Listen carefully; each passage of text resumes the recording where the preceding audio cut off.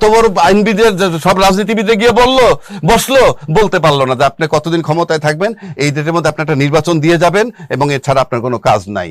আজ পর্যন্ত একটা রাজনীতিবিদ বলে নাই তোমরা মানুষের আন্দোলন নিয়ে আসো কেন। আপনি নেপালের সাথে মিলান বহুদূর, মুখে মুখে আপনি বিরাট রাজনীতিবিদ সাজতেছেন, আপনি আদৌ রাজনীতিবিদ না। আপনি জানেন, সবকিছু বুঝতেছেন, তারপর আপনি ঐক্যমত্যে আসতে পারতেছেন না কেন? কারণ ঐক্যমত্যে আসলে আপনার দলের লোকসান হয়, আপনার ব্যক্তির লোকসান হয়, রাষ্ট্রের লাভ হয়। আর ঐক্যমত্যে না আসতে পারলে রাষ্ট্রের ক্ষতি হবে। তার মানে রাষ্ট্রের ক্ষতিটা আপনার কাছে কিছুই না। আপনাদের কাছে, রাজনীতিবিদের কাছে রাষ্ট্র একটা খেলা, রাষ্ট্রটাকে ক্যাশ করে নিজে ধনী হওয়া।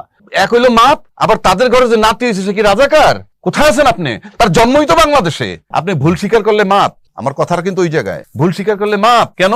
অপরাধ করছে না আপনি, এত লোক হত্যা করছেন, এত লোকের ইজ্জত গেছে বলা হচ্ছে, আমি ভুল স্বীকার করলে মাপ মানে কি? কি মানেটা দাঁড়ায় কি? পরিষ্কার বিচার করবেন, তাহলে কোথায় বিচার হয়েছে? যদি বলেন বিচার হয়ে গেছে তাহলে আবার মাপ কিসের? তার মানে হচ্ছে ইনডাইরেক্টলি আপনি যদি